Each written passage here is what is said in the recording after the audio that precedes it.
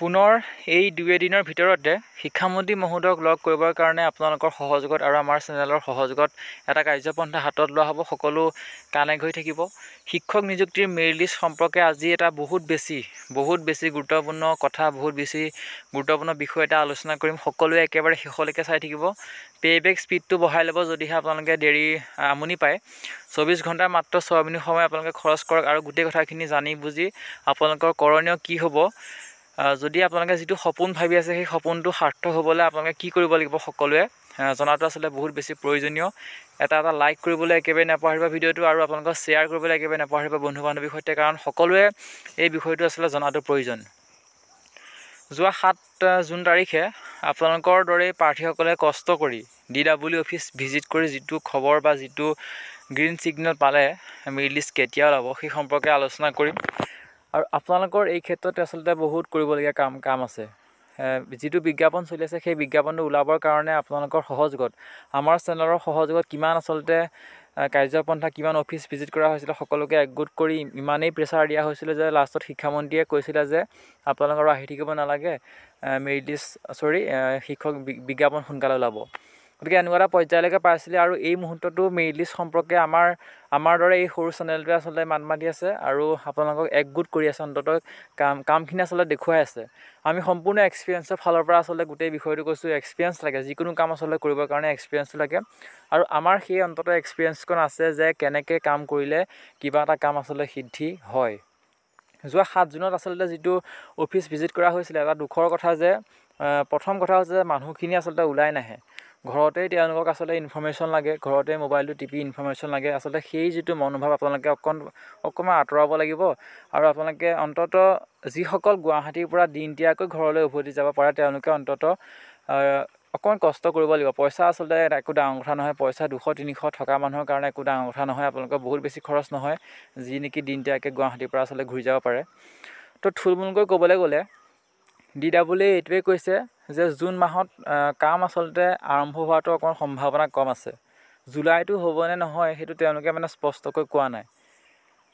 আমি আচলতে গোটেই কথাখিনি বিশ্লেষণ কৰি প্ৰাৰ্থীসকলৰ সৈতে বিশ্লেষণ কৰি এটা কথাই গম পোৱা গ'ল যে যদিহে শিক্ষামন্ত্ৰী মহোদয় আৰু মুখ্যমন্ত্ৰী মহোদয়ক যদি ৰিকুৱেষ্ট কৰা হয় অন্ততঃ মেৰিট লিষ্টটো প্ৰকাশ কৰক, এপইণ্টমেণ্ট দেৰিকৈ দিয়ক, কোনো প্ৰব্লেম নাই। এপইণ্টমেণ্ট 2 দিন দেৰিকৈ দিলেও আচলতে প্ৰাৰ্থীসকলৰ কোনো প্ৰব্লেম নাই, কাৰণ তেওঁলোকে ইমান দিন ৱেইট কৰি আছে এটা চাকৰি আচলতে পোৱা নোপোৱা আশাত। যেতিয়া নেকি মেৰিট লিষ্ট ওলাই যাব তেতিয়া তেওঁলোকে চাকৰি পোৱাসকলেতো পালেই, নোপোৱাসকলে অন্ততঃ ADR কাৰণে পঢ়িব পাৰিব, আৰু যাৰ নেকি বয়স আছে তেওঁলোকে পুলিচৰ কাৰণেও হয়তো চেষ্টা কৰি চাব পাৰিব। গতিকে এই যিটো বিষয়টো আপোনালোকে গুৰুত্ব সহকাৰে লওক। আচলতে আমি পুনৰ শিক্ষামন্ত্ৰী মহোদয়ক লগ কৰিবৰ কাৰণে আচলতে চেষ্টা কৰিম, আৰু এই দুদিনতে আমি এটা দিন ধাৰ্য কৰিম, আপোনালোকক সকলোকে জনাই দিম। আপোনালোকে ওলাই আহিব, অন্ততঃ শিক্ষামন্ত্ৰী মহোদয়ক অন্ততঃ ৰিকুৱেষ্ট কৰিবলৈ ওলাই আহক। যদিহে শিক্ষামন্ত্ৰীৰ মনটো ভুলাব পাৰে, আপোনালোকে ৰিকুৱেষ্ট কৰি আচলতে যদি আপোনালোকে পতিয়ন নিয়াব পাৰে, তেতিয়াহ'লে এই মাহতেই মেৰিট লিষ্ট ওলোৱাৰ সম্ভাৱনা আছে। নহ'লে DW নিজে একো কামেই কৰিব নোৱাৰে, সেয়া হয়তো সকলোৱে গম পায়।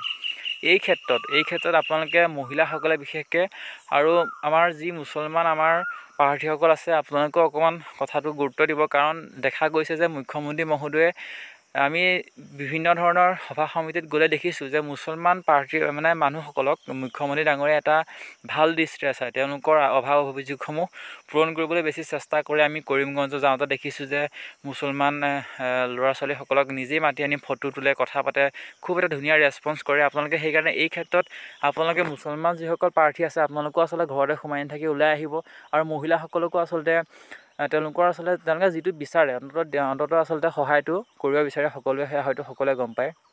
গতিকে আন প্ৰাৰ্থীসকলৰ লগতে যিসকল মহিলা প্ৰাৰ্থী আছে আৰু বিশেষকৈ আমাৰ মুছলমান প্ৰাৰ্থীসকল আছে, আপোনালোকেও অকণমান চেষ্টা কৰক, অন্ততঃ ওলাই আহিব, ৰিকুৱেষ্ট কৰক, কাৰণ আপোনালোকৰ মন্তব্যও অকণমান গুৰুত্ব দিয়া দেখা যায়। চৰকাৰে আপোনালোকৰ অভাৱ অভিযোগসমূহ পূৰণ কৰিবলৈ চৰকাৰ এজন সদায় ৰাজি হৈ থাকে, এনেকুৱা ধৰণৰ আচলতে অনুভৱ হয়। মই সেইটো ব্যক্তিগত আপোনালোকক পৰামৰ্শ দিছোঁ, কেনেকৈ গ্ৰহণ কৰে সেইটো আপোনালোকৰ কথা। কিন্তু আমি পুনৰ কৈছোঁ, শেষত এইটোৱে কৈছোঁ যে যদিহে শিক্ষামন্ত্ৰীক আপোনালোকে অফিচিয়েলি আনঅফিচিয়েলি বা ছ'চিয়েল মিডিয়াতে হওক যিমান পাৰে সিমান ৰিকুৱেষ্ট কৰক, তেতিয়াহে কিন্তু জুন মাহত সম্ভাৱনা এটা আছে মেৰিট লিষ্ট ওলোৱাৰ। কিন্তু তাৰ বিপৰীতে কিন্তু একো সম্ভাৱনা আচলতে আমি নেদেখিলোঁ DW ফালৰ পৰা, আৰু তেওঁলোকৰ স্পষ্টকৈ আচলতে কোনো কথা কোৱা যেন অনুভৱ নহ'লে। গতিকে বিষয়টো আচলতে বহুত বেছি গুৰুত্বপূৰ্ণ। যদিহে আপোনালোকক সোনকালে মেৰিট লিষ্ট থাকে, জুন মাহত মেৰিট লিষ্ট থাকে, তেতিয়াহ'লে কিন্তু শিক্ষামন্ত্ৰী মহোদয়, মুখ্যমন্ত্ৰী মহোদয়ক ৰিকুৱেষ্ট কৰাৰ বাহিৰে বেলেগ একো উপায় নাই। যদিহে ৰিকুৱেষ্ট নকৰে তেতিয়াহ'লে কিন্তু জুন মাহত ওলোৱাৰ সম্ভাৱনা একেবাৰে নাই বুলিয়েই ক'ব পাৰি। গতিকে পুনৰ আমি শিক্ষামন্ত্ৰী মহোদয়ক লগ কৰিবৰ কাৰণে এই দুদিনৰ ভিতৰতে আপোনালোকক জনাম কেতিয়া যোৱা হয়। আপোনালোকে অন্ততঃ ওলাই আহিব আৰু ভিডিঅ'টো যিমান পাৰে সিমান শ্বেয়াৰ কৰি দিয়ক। আচলতে বন্ধু বান্ধৱীসকলে সকলোৱে কথাটো জনাটো বহুত বেছি প্ৰয়োজন, যাতে কোনো আচলতে ঘৰত সোমাই নাথাকে, অন্ততঃ ওলাই আহে নিজৰ প্ৰাপ্যৰ কাৰণে, নিজৰ আচলতে কিবা এটা লাভ কৰিবৰ কাৰণে। আৰু এই যিটো কাম DW মেৰিট লিষ্ট ওলোৱাটো, সোনকালে ওলোৱাটো কিন্তু বহুত প্ৰাৰ্থীৰ কাৰণে বহুত বেছি প্ৰয়োজনীয়। কিছুমান কথা আচলতে আমি গোটেই ডিছকাছ সবিস্তাৰে আচলতে আলোচনা কৰিবলৈ আচলতে দিগদাৰ হয়। গতিকে সকলোৱে কথা আমি চিন্তা কৰিব লাগে। গতিকে কিন্তু সোনকালে কিন্তু ওলোৱাটো বহুত বেছি প্ৰয়োজনীয় সকলোৰে কাৰণে। গতিকে পুনৰ যিটো আমাৰ ডেট ঠিক হ'ব আপোনালোকক জনাম। সকলো কানেক্ট হৈ থাকিব। ছাবস্ক্ৰাইব কৰিবলৈ একেবাৰে নাপাহৰিব যদিহে প্ৰথমবাৰ কাৰণে ভিজিট কৰিছে। যদি পুনৰ লগ পাম, ধন্যবাদ।